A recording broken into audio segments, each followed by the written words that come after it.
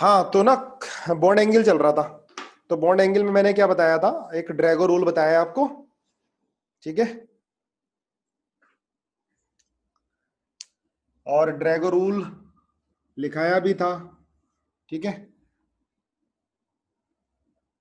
अब fourth point देखना, size of terminal atom.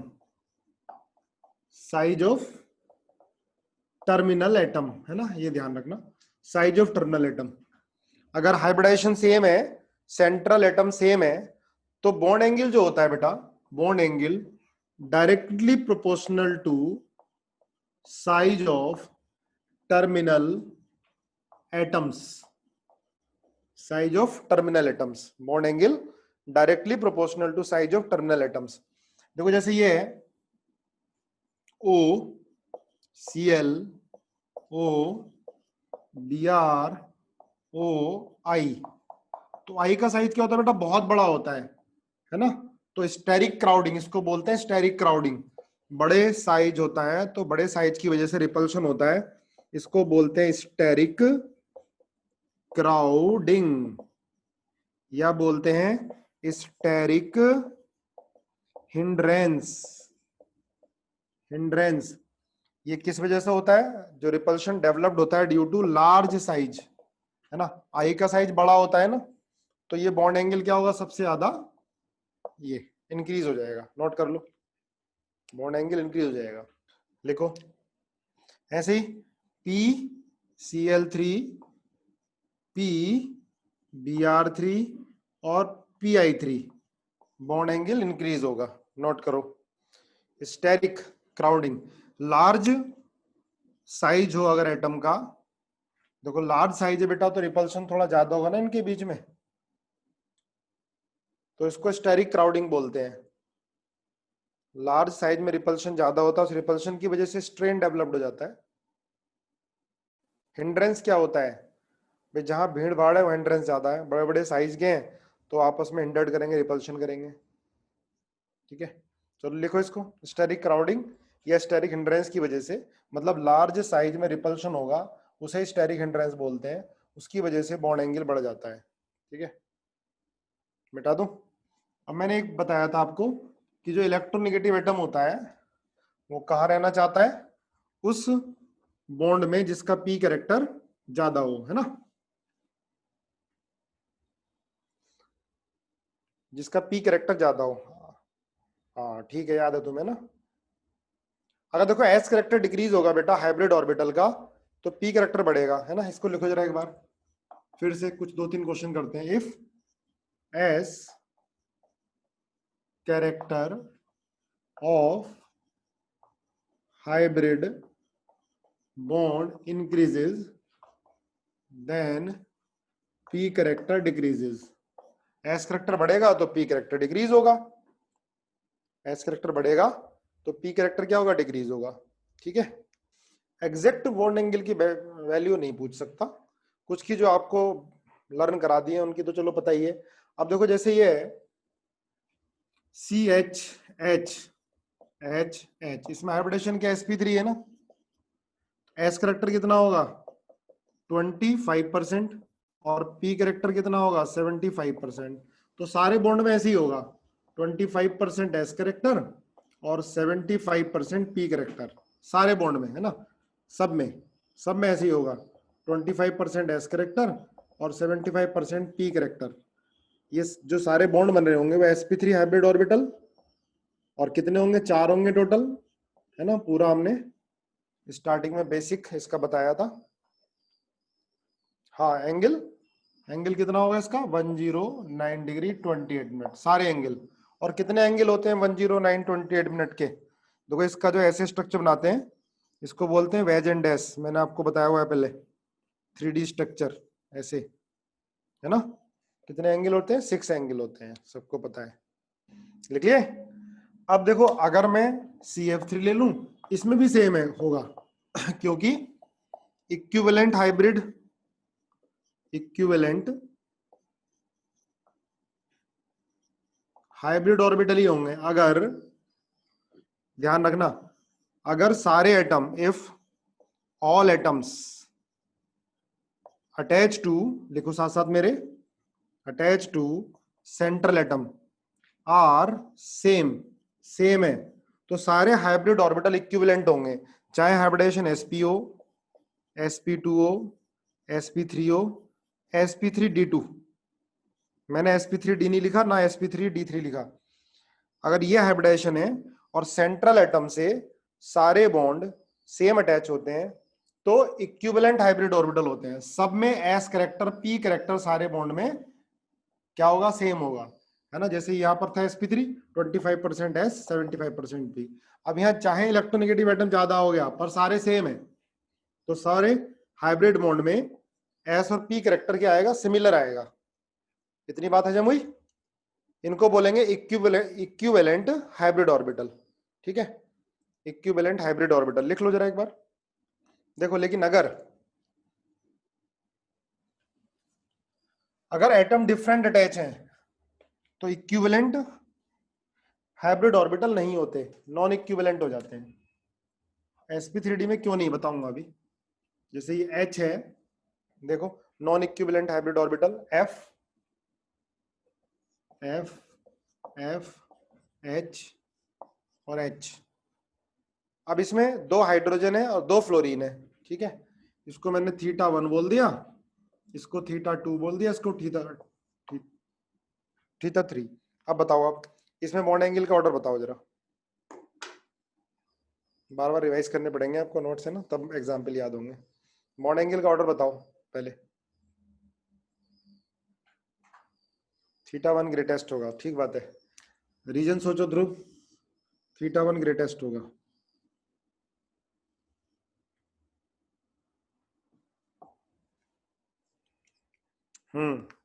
More S character, बिल्कुल सही है। देखो अब क्या होगा, बिल्कुल सही है। अब यहाँ पर इलेक्ट्रोनेगेटिव एटम आ गए, इलेक्ट्रोनेगेटिव एटम। तो इलेक्ट्रोनेगेटिव एटम क्या करेगा भाई, कहाँ रहना चाहेगा, जिसका पी कैरेक्टर जाएगा, जिस बॉन्ड का पी कैरेक्टर ज्यादा होगा, या ये पी कैरेक्टर को इसके बढ़ाएगा, है ना। इसका पी कैरेक्टर क्या होगा, कम होगा, तो यहाँ क्या होगा, एस जो होगा ज्यादा होगा, एस मोर होगा, है ना। एस यहाँ पर मोर होगा एस वाले में, यहाँ क्या होगा, पी मोर होगा, पी मोर होगा, ठीक है। एस ज्यादा होता है, देखो एस कैरेक्टर ज्यादा होता है बेटा, एस ज्यादा होगा तो क्या होगा, बॉन्ड एंगल ज्यादा होता है। मैंने बताया था आपको, bond angle directly proportional to s character. और एक चीज ध्यान रखना, जो बॉन्ड लेंथ होती है inversely proportional to s character होती है। कह सकते हैं bond length inversely proportional to s character. भाई पी ज्यादा हो तो पी लंबा होता है ना, bond length inversely proportional to s character. तो तुम लोगों ने बिल्कुल सही बताया। जो θ1 है बेटा, ये θ1 ये 109 डिग्री 28 मिनट से ज्यादा होगा, और θ3 लेस देन 109 डिग्री 28 मिनट। θ2 के बारे में कोई कमेंट नहीं कर सकते, θ2 के बारे में कोई कमेंट नहीं कर सकते। θ1 ज्यादा हो गया 109 डिग्री 28 मिनट से, ठीक बात है ना भाई, क्योंकि यहाँ एस करेक्टर बढ़ जाएगा। ये इलेक्ट्रोनेगेटिव एटम है, ये अपना पी करेक्टर बढ़ाएंगे तो दूसरे बॉन्ड का क्या होगा, एस करेक्टर को कम कर देंगे। इलेक्ट्रोनेगेटिव एटम अपने से एडजेसेंट बॉन्ड के पी करेक्टर को कम करेगा, एस करेक्टर को बढ़ा देगा। पी कम होगा तो एस बढ़ेगा ही। क्लियर है। अच्छा, इक्विवेलेंट हाइब्रिड ऑर्बिटल क्या हो गया, देखो अगर जैसे sp है, sp2 है, sp3 है, sp3d2 है, अगर एटम डिफरेंट अटैच होंगे, एटम डिफरेंट अटैच होंगे, लिखना एटम डिफरेंट अटैच होंगे सेंट्रल एटम से, तो हाइब्रिड ऑर्बिटल नॉन इक्विवेलेंट हो जाते हैं, नॉन इक्विवेलेंट हो जाते हैं, है ना। नॉन इक्विवेलेंट हाइब्रिड ऑर्बिटल अगर डिफरेंट अटैच होते हैं, जैसे तुमने ये किया था ना अभी, एफ एफ एच एच, और सेम अटैच होते हैं, तो सारे बॉन्ड में जितने भी बॉन्ड है ना, सब में एस और पी कैरेक्टर सब में वो सेम रहेगा। लेकिन जैसे ही नॉन इक्विवेलेंट आ जाते हैं, डिफरेंट इलेक्ट्रोनेगेटिव एटम आ जाते हैं, डिफरेंट एटम आ जाते हैं, तो यहाँ एस और पी कैरेक्टर अलग आएगा, यहाँ पर अलग आएगा। तो यहाँ जो हाइब्रिड ऑर्बिटल होंगे क्या बोलेंगे, non equivalent hybrid orbital. Clear है, इतनी बात समझ में आई। अगर सेंट्रल एटम पर डिफरेंट ऑर्बिटल अटैच हो, डिफरेंट एटम अटैच हुए, तो एस और पी कैरेक्टर कुछ कुछ डिफरेंट होगा इनमें, तो क्या बोलेंगे कि non equivalent hybrid orbital use हो रहा है ना। आ सकता है एग्जाम में कि किसके अंदर नॉन इक्विवेलेंट हाइब्रिड ऑर्बिटल है, किसके अंदर इक्विवेलेंट है। ठीक है, देखो और लिखो एग्जाम्पल, कुछ एग्जाम्पल करके दिखाओ। एच एच एच एच है ना, इसमें सर ये सब 2 बार क्यों आता है बेटा? इंटररिलेटेड तो चीजें होती है ना, किसी चैप्टर का किसी में यूज होता है। H C F F H H C F F F H.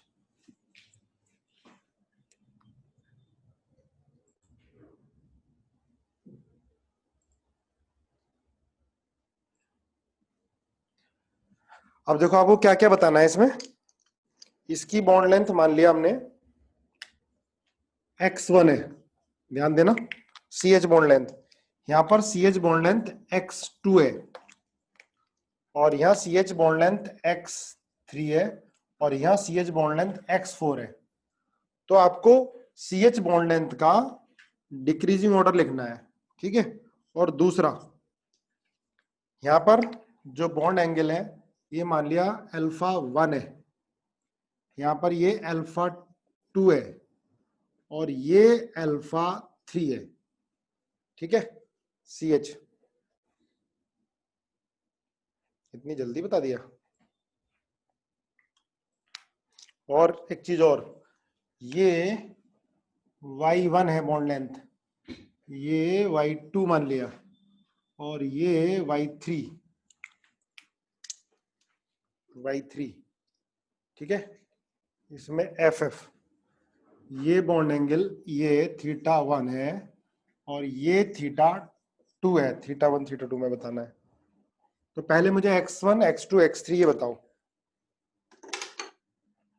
x1 x2 x3, आराम से दिमाग लगाओ, किस बॉन्ड का एस कैरेक्टर बढ़ेगा, किसका कम होगा, अच्छे से बताओ। आप लोग बता रहे हो x1 सबसे ज्यादा, फिर x2, फिर x3, फिर x4, बिल्कुल सही बताया आपने। देखो यहाँ तो एस कैरेक्टर्स ये सारे इक्विवेलेंट हाइब्रिड ऑर्बिटल होंगे ना, सब में एस कैरेक्टर 25% होगा। अब ये इलेक्ट्रोनेगेटिव आने से है ना, इसने अपना पी कैरेक्टर बढ़ाया, इसका पी कम हुआ तो इसका एस बढ़ा, है ना। तो ऐसे ध्यान रखो कि जहां इलेक्ट्रोनेगेटिव एटम लगा होगा वो दूसरे के एस कैरेक्टर को बढ़ा देगा। ठीक है, इसका पी कैरेक्टर बढ़ेगा तो इसका पी कम होगा तो एस बढ़ेगा, ऐसे ध्यान रखोगे ना।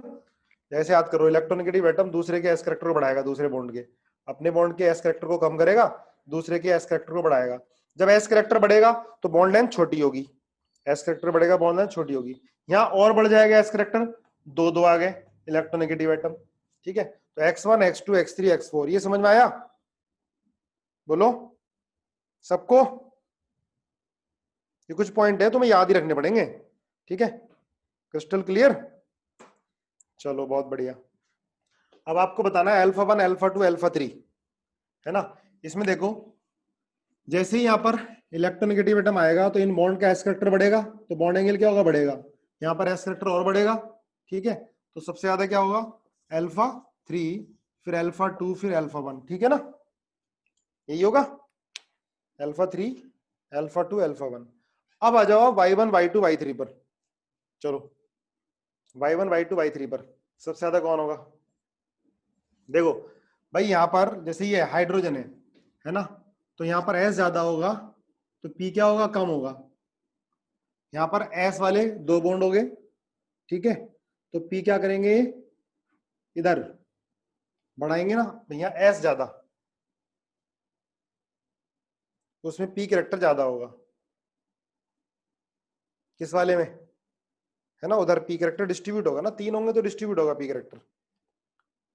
3 वाले में 3-2-1 आंसर। ठीक है, पी कैरेक्टर इंक्रीज हो रहा है, 3-2-1, बिल्कुल सही है। तो ये हो गया y3 और y2 y1। ठीक है, अब बताओ θ1 और θ2 में, थीटा 1 और थीटा 2। हाँ, एक बार एनालिसिस करना अच्छे से, ठीक है। अब देखो क्वेश्चन, ये बॉन्ड लेंथ के क्वेश्चन बता रहा हूं मैं, एस करेक्टर से आपको निकालने हैं। आईआईटी मेडिकल दोनों में आए हुए हैं। देखो ये ओ एच एच, इसकी बॉन्ड लेंथ मान लिया x1 है। ओ एफ एफ, इसकी बॉन्ड लेंथ x2 है ना। ओ बॉन्ड लेंथ, ये ओ बॉन्ड लेंथ की बात कर रहे हैं। सोच समझ के बताना है, x1 ज्यादा होगा x2 ज्यादा होगा, ध्यान से। x1 और x2 में दोनों ओ बॉन्ड लेंथ है।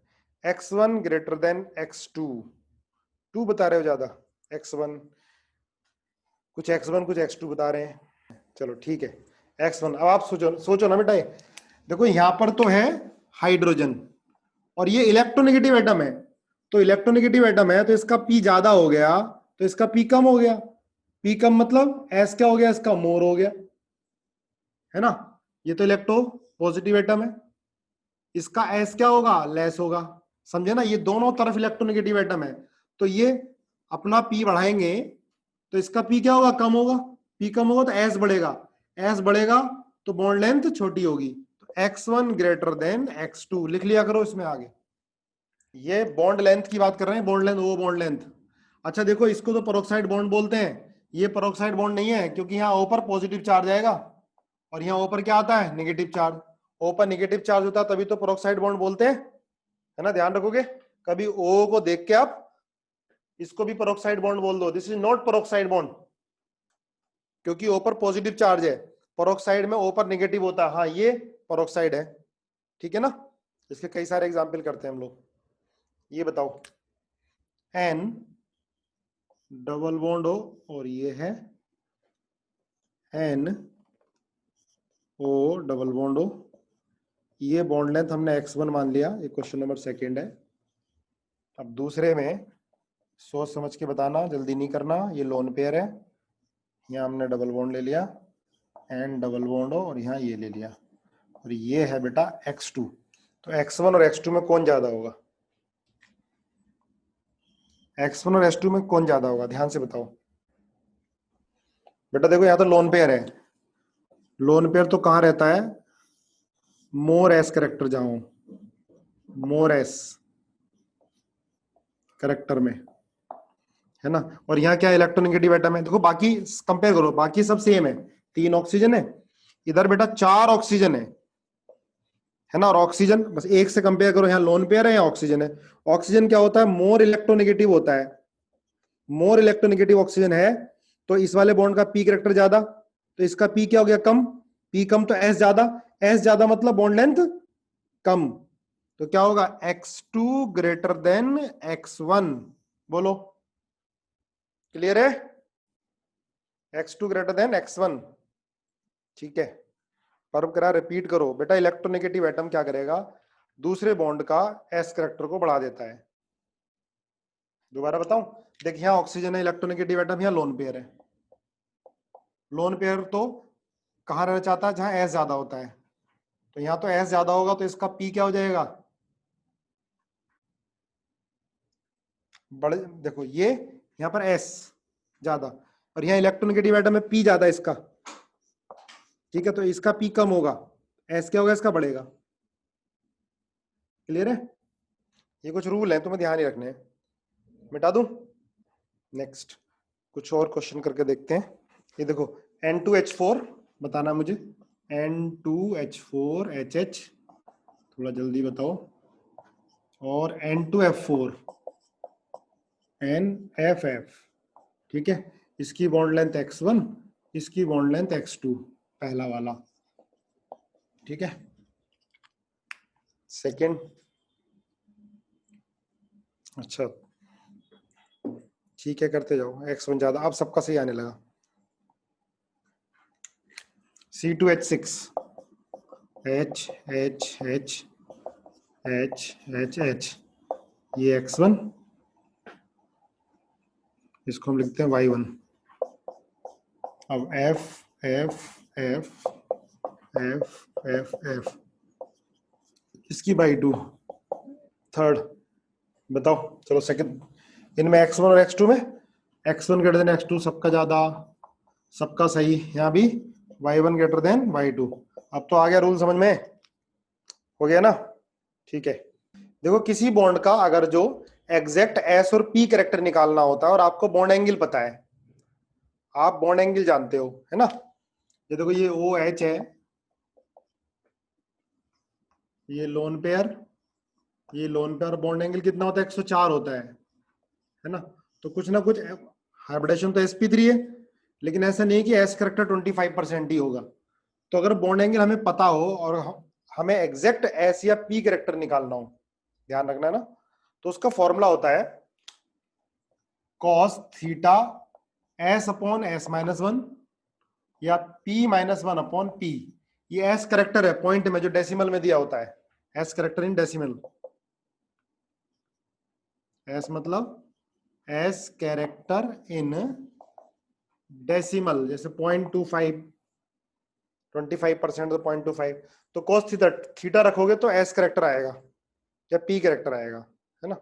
हाँ 0.5 होता है, ठीक है, लिख लो।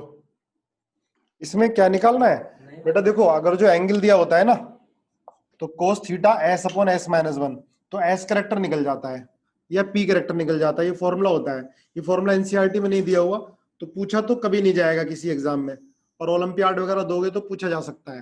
तो बस जनरल नॉलेज के लिए नोट कर लो, cos theta S upon S minus one और P minus one upon P, ठीक है।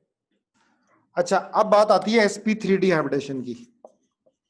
देखो sp3d में इक्विवेलेंट बॉन्ड नहीं होते हैं सारे, क्योंकि sp3d हाइब्रिडेशन जैसे PCl5 है, PCl5 है, तो इसका स्ट्रक्चर ये होता है, इसका स्ट्रक्चर ये होता है ClCl। आपको बताया था कि ये दोनों पोजीशन क्या होती हैं? एक्सियल होती हैं, याद करो बताया हुआ है ना? जो प्लेन के परपेंडिकुलर है एक्सियल होती हैं, और ये जो पोजीशन होती है इनको क्या बोलते हैं? इक्विटोरियल बोलते हैं। ये पोजीशन होती है इक्विटोरियल, है ना? देखो इनकी बॉन्ड लेंथ होती है कम। अगर इक्विवेलेंट हाइब्रिड ऑर्बिटल होता तो सबकी बॉन्ड लेंथ क्या होनी चाहिए थी? बराबर। अब ये एक्सपेरिमेंटल देखा होगा कि भाई इनकी बॉन्ड लेंथ क्या है? कम, और एक्सियल वालों की बॉन्ड लेंथ ज्यादा। इसका मतलब इसके अंदर इक्विवेलेंट हाइब्रिड ऑर्बिटल नहीं है। लिखो, इससे यही कंक्लूड होता है कि इक्विवेलेंट हाइब्रिड ऑर्बिटल नहीं है ना? तो लिख लेना PCl, मैंने पहले बताया, दोबारा फिर बता रहा हूं, PCl एक्सियल बड़ा होता है PCl इक्विटोरियल। PCl एक्सियल बड़ा होता है PCl इक्विटोरियल, है ना? ये बॉन्ड लेंथ बड़ी हो जाती है, इसका मतलब इक्विवेलेंट हाइब्रिड ऑर्बिटल ये नहीं है, they are not equivalent hybrid orbital. इसको ना sp3d को साइंटिस्ट ने बताया कि इसका ऐसे तोड़ लो, sp2 और pd, sp2 और pd,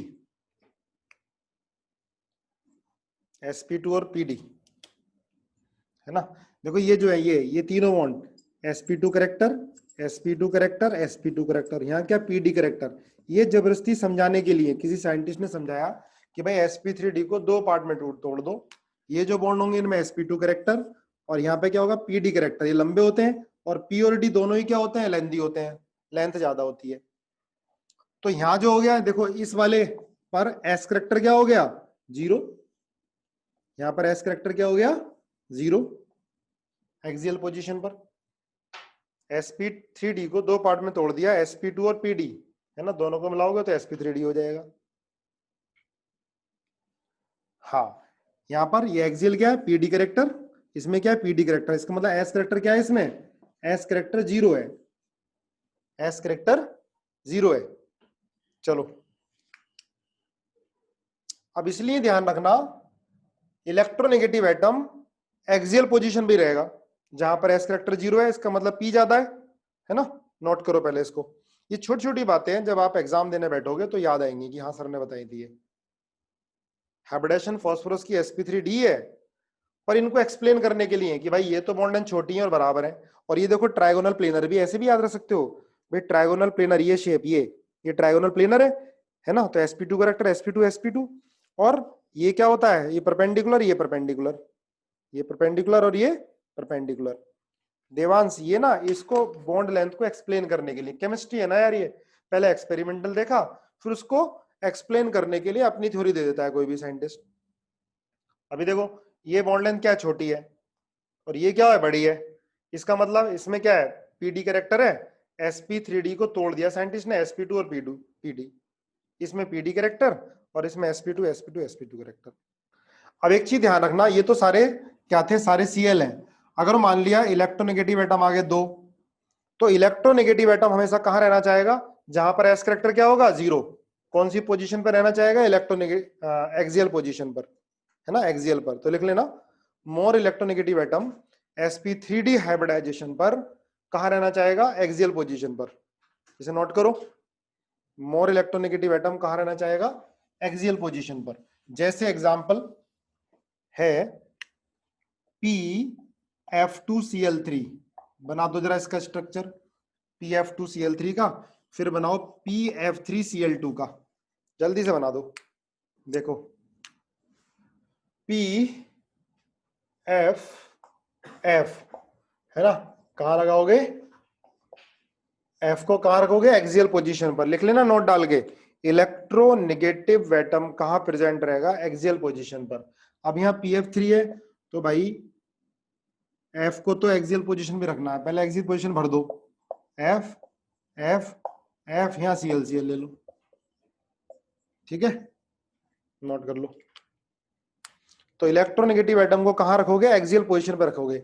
ये कुछ रूल हैं जो आपको ध्यान रखने हैं, ठीक है, नोट कर लो।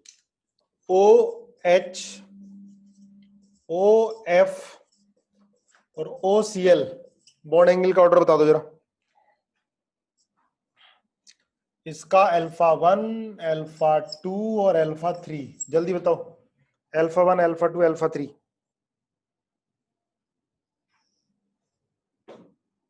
सबसे ज्यादा α3, फिर α1, फिर α2। यहाँ तो ClC है ना, साइज बड़ा है। अब H और F में कैसे देखा था, F ज्यादा इलेक्ट्रोनेगेटिव है ना, α3 α1 α2, हाँ α3 मोर होगा। Cl का साइज क्या है, बड़ा है, Cl का साइज बड़ा है, F और H लगभग साइज सिमिलर होते हैं। तो यहाँ क्या होगा, इलेक्ट्रोनेगेटिव ज्यादा है F।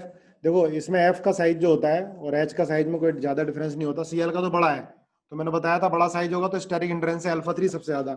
α1 α2 में आप पी कैरेक्टर से देख सकते हो, भाई यहाँ पर क्या होगा, पी कैरेक्टर ज्यादा होगा तो बॉन्ड एंगल क्या होगा, कम होगा। इसका 103 होता है, इसका 104 होता है, नोट करो, 103 104। α3 सबसे बड़ा, α3 सबसे बड़ा। एक और ये अलग से ध्यान रखना, O ये CH3, O CH3, इसका एंगल 110 हो जाता है लगभग, ये भी स्टेरिक क्राउडिंग की वजह से, स्टेरिक क्राउडिंग। ये CH3, ये sp3 हाइब्रिडाइजेशन है, ये sp3 है ना, ये लोन पेयर है। होना तो चाहिए था 109 या उससे कम, लेकिन 109 से ज्यादा हो जाता है, ये ध्यान रखना। O की तरफ दोनों CH3, इसका रीजन स्टेरिक क्राउडिंग, जो जैसे ClCl का रीजन था, II का रीजन था, इसका रीजन स्टेरिक क्राउडिंग, नोट करो। OF2 दोबारा बता दूं बेटा, इलेक्ट्रोनेगेटिव एटम है ना, तो अपना पी कैरेक्टर क्या करेगा, बढ़ाएगा ना। पी कैरेक्टर ज्यादा होता है तो बॉन्ड एंगल क्या होता है, कम होता है। एस कैरेक्टर ज्यादा होता है तो बॉन्ड एंगल ज्यादा होता है, ठीक है। चलो मिटा दूं, नोट कर लिया, लास्ट वाला रिपीट कर दो गुरुजी। बेटा CH3 है, बड़ा साइज है, तो रिपल्शन से बॉन्ड एंगल बढ़ेगा। ये असल में एनसीईआरटी में दे रखा है और ये बार बार पूछा गया है, और मैं तुम्हें बार बार बताऊंगा अभी इसको, जब बुकलेट करोगे तो 2-3 बार आएगा भी, ये याद भी हो जाएगा। ओ के तरफ दोनों तरफ CH3, तो क्राउडिंग से बढ़ जाता है एंगल, क्राउडिंग से एंगल बढ़ जाता है, कर लो, नोट कर लो। देखो थोड़ा सा और थोड़ा हो सकता है कम समझ में आए। मैंने आपको बताया था कि पी बैक बॉन्डिंग में आपको कई बार कराने वाला हूं, एक बार करा चुका, फिर दोबारा लिखो। Effect of back bonding, effect of back bonding on bond angle and bond length. जरा लिख लो इसको, इफेक्ट ऑफ बैक बॉन्डिंग। मैंने दो तरह की बैक बॉन्डिंग बताई अभी आपको, पी पाई बैक बॉन्डिंग और पी पाई डी पाई बैक बॉन्डिंग। हाँ, बैक बॉन्डिंग अब एक एक करके करते हैं ना, बैक बॉन्डिंग दोबारा से करा रहा हूं, फिर तुम्हें समझ में आएगी। फिर रेजोनेंस के बाद फिर एक बार होगी, तीन तीन बार होगी, समझे। तो मैंने आपको बताया था कि दो तरह की, एक बात जल्दी से सुन लो, है ना। पी पाई बैक बॉन्डिंग, बैक बॉन्डिंग थोड़ा सा एक बार रिवाइज कर देता हूं, और पी पाई डी पाई back bonding, P pi d पाई बैक बॉन्डिंग। बेटा पी पाई बैक बॉन्डिंग कब होती है? ये किसी भी कंपाउंड के, किसी भी कंपाउंड में हो सकती है। कंडीशन क्या होती है? एक का पी भरा है ना, जैसे नाइट्रोजन में लोन पेयर है, ऑक्सीजन पे लोन पेयर हो, ठीक है, कार्बन पे माइनस चार्ज हो, मतलब लोन पेयर हो, ये जरूरी है ना। और कौन सा पी भरा? 2p भरा होना चाहिए बेटा, ध्यान रखना, 2p भरा है ना, नाइट्रोजन, ऑक्सीजन, कार्बन। और पी खाली होना चाहिए, पी एम्प्टी होना चाहिए। तो पी पाई बैक बॉन्डिंग हो जाएगी भाई, पी भरा होगा और पी खाली होगा। जैसे पी भरा है इसका और ये पी खाली है, तो क्या हो जाएगी? ओवरलैपिंग हो जाएगी। इसको बोलते हैं पी पाई बैक बॉन्डिंग, है ना। और मैक्सिमम कब होगी? 2p में। फिर किस में होगी? 2p में। फिर किस में होगी? 2p में। 2p में ज्यादा, ये पी पाई बैक बॉन्डिंग, ठीक है भाई। पी पाई बैक बॉन्डिंग। जैसे एग्जांपल क्या था? BF3, तो बोरोन का पी ऑर्बिटल खाली होता है बेटा, और फ्लोरीन का पी ऑर्बिटल क्या होता है? भरा होता है। तो पी पाई बैक बॉन्डिंग हो जाती है। क्लियर है? और पी पाई डी पाई बैक बॉन्डिंग कब होगी? ये भी किसी कंपाउंड में हो सकती है। कंडीशन क्या होती है? कि पी भरा होना चाहिए, पी फील्ड, है ना। और ये ध्यान रखना 2p फील्ड, जैसे नाइट्रोजन, है ना, या ऑक्सीजन, या फ्लोरीन, या कार्बन पे माइनस, 2p के अलावा और कोई नहीं, 2p भरा होना चाहिए। और डी क्या होना चाहिए? डी एम्प्टी होना चाहिए। और कौन सा? 3d, ध्यान रखना। अगर 4d हो गया तो एनर्जी डिफरेंस ज्यादा होगा, ओवरलैपिंग नहीं होगी। 3d खाली होना चाहिए। जैसे एग्जांपल मैंने आपको बताया था ट्राइसिलाइलमीन, NiSCH3, याद रखो, एक बार और आएगा ट्राइसिलाइलमीन। इसमें पी क्या है? नाइट्रोजन का भरा हुआ है, और सिलिकॉन का डी क्या है? खाली है। और सिलिकॉन का डी खाली कैसे मालूम चला था? हमने इलेक्ट्रॉनिक कॉन्फ़िगरेशन लिख के देखा था। ट्राइसिलाइलमीन ऐसा ही नहीं, इलेक्ट्रॉनिक कॉन्फ़िगरेशन लिख के देखा था कि वैलेंस इलेक्ट्रॉन इसमें थर्ड सेल में जा रहा था, और थर्ड सेल में डी होता है, डी होता है। तो ये होती है P pi d pi bonding, ठीक है। तो जब पी और डी ऑर्बिटल ओवरलैप करेगा तो डबल बॉन्ड कैरेक्टर आ जाता है। ये डी है और ये पी है। जब बेटा ये ओवरलैप करेगा तो क्या आ जाएगा?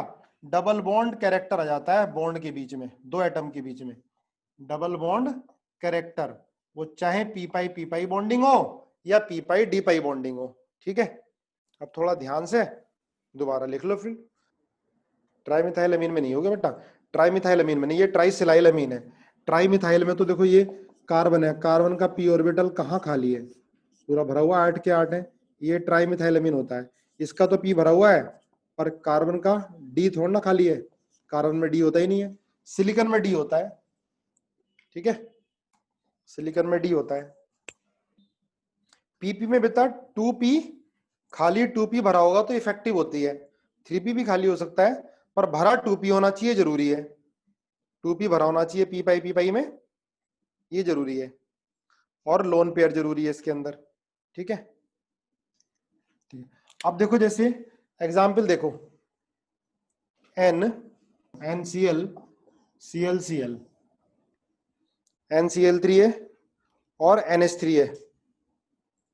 क्लास है हमारी, कोई बात नहीं। NH3 है और NF3 भी ले लो। अब इसमें तुम मुझे बताओ किसके अंदर पी पाई बैक बॉन्डिंग हो सकती है, जरा ये बताओ। इसमें पी पाई बैक बॉन्डिंग किसके अंदर होगी? देव्यांश बोल रहा है NCl3 में, वेरी गुड। NF3 में नहीं होगी बेटा। देखो NCl3 में P pi d pi bonding होगी, क्योंकि N का p ऑर्बिटल भरा हुआ है, N का p ऑर्बिटल फिल्ड है, लोन पेयर है ना, और Cl में d ऑर्बिटल होता है।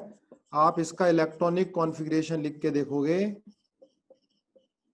अगर इलेक्ट्रॉन थर्ड सेल में जा रहा है इसका मतलब d खाली होता है, तो इसका d खाली है, p भरा है, d खाली है, इसका p भरा है, d खाली है, तो क्या होता है बेटा, p पाई डी पाई बॉन्डिंग हो जाती है। और p पाई डी पाई बॉन्डिंग से क्या होता है, डबल बॉन्ड कैरेक्टर आ जाता है। p पाई डी पाई बॉन्डिंग से डबल बॉन्ड कैरेक्टर आ जाता है और बॉन्ड एंगल बढ़ जाता है, लिख लो, डबल बॉन्ड कैरेक्टर आ जाएगा और बॉन्ड एंगल बढ़ जाता है, नोट कर लो, बॉन्ड एंगल बढ़ जाता है due to double bond character, bond angle बढ़ जाता है। ये समझ में आ गया ना, इसमें p pi d pi bonding हो रही है, इतना बताओ, ठीक है। Due to double bond character, double bond character भी वैसे साइज भी ज्यादा है, डबल बॉन्ड कैरेक्टर तो डबल और सिंगल में रिपल्सन बढ़ता है नहीं बढ़ता, आपको पढ़ा होगा, बताया था मैंने। तो डबल बॉन्ड कैरेक्टर आएगा तो बॉन्ड एंगल क्या होगा, बढ़ेगा, लिखो। देखो इसका होता है, जो बॉन्ड एंगल होता है इसका 107 डिग्री 45 मिनट, इसका 107 डिग्री और इसका 102 डिग्री होता है NF3 का। NH3 और NF3 में तो बता सकते हो, है ना। F तो ज्यादा इलेक्ट्रोनेगेटिव है, अपना P कैरेक्टर बढ़ा लेगा, बॉन्ड एंगल कम हो जाएगा। यहाँ 107 होता है, तो ये ऑर्डर हो गया बॉन्ड एंगल का, लिखो, ये P पाई डी पाई बॉन्डिंग से बढ़ गया, हो गया। अगला एग्जाम्पल करें। मैं कह रही है समझ में नहीं आया बेटा, P पाई डी पाई बॉन्डिंग से डबल बॉन्ड कैरेक्टर आ गया, या तुम ऐसा कर लो, Cl का साइज बढ़ाया, जो हमने OCl2 वाला एग्जाम्पल किया, याद है नहीं याद है, वो लिख लो, चलो नहीं समझ में आया तो ठीक है। ये वाला भी लिख लो एक बार, कई बार बता चुका वैसे मैं, NCH3 N मिथाइलअमीन। देखो कई बार पूछा गया, ये होता है पिरामिडल, इसकी sp3 हाइब्रिडाइजेशन और पिरामिडल शेप होती है, लेकिन ट्राइसलाइल अमीन में हाइब्रिडाइजेशन क्या हो जाती है, sp2। मैंने लिखा दिया आपको पहले भी, क्योंकि लोन पेयर पार्टिसिपेट कर जाता है p पाई डी पाई बॉन्डिंग में, तो इसकी हाइब्रिडाइजेशन sp2 और ये क्या हो जाता है, प्लेनर हो जाता है। बस छोड़ रहा हूं क्लास, sp2 हाइब्रिडाइजेशन और क्या हो जाता है, प्लेनर हो जाता है ना। बोलो यस और नो, पहले भी करा चुका हूं, क्योंकि लोन पेयर कहां चला जाएगा, सिलिकॉन के d ऑर्बिटल में, लिख लेना। अगर लोन पेयर p पाई डी पाई बॉन्डिंग में पार्टिसिपेट कर रहा है तो हाइब्रिडाइजेशन में पार्टिसिपेट नहीं करेगा, तो ट्राइसलाइल अमीन की शेप प्लेनर हो जाती है, एंगल 120 हो जाता है, ठीक है।